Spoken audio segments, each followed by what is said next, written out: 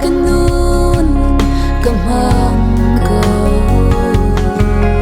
tukfer sul na punzaki tungin kaluat nak nga kanun nak nangni kaven ko na chat nak ni kanun aga umpi sung zatla katon san zonga Bawipa na sunga ram LOIN ko khao LOIN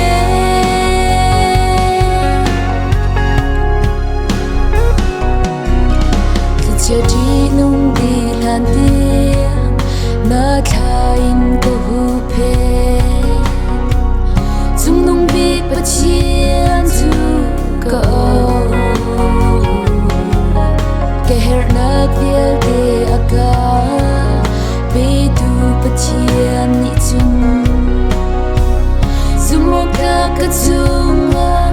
along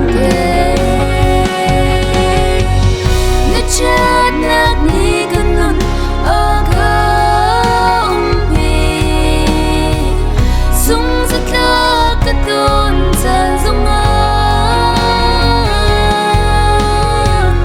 Bawipa na sunga ram LOIN ko khao LOIN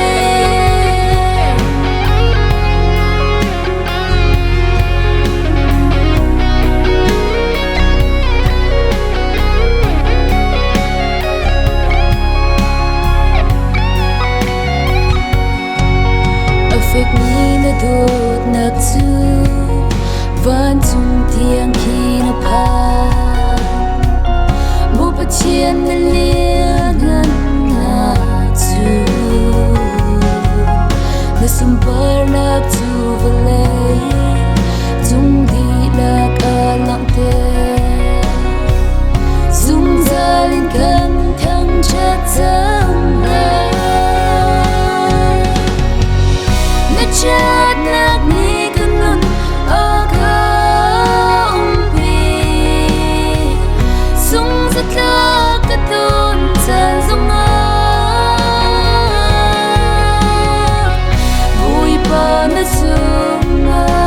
ram LOIN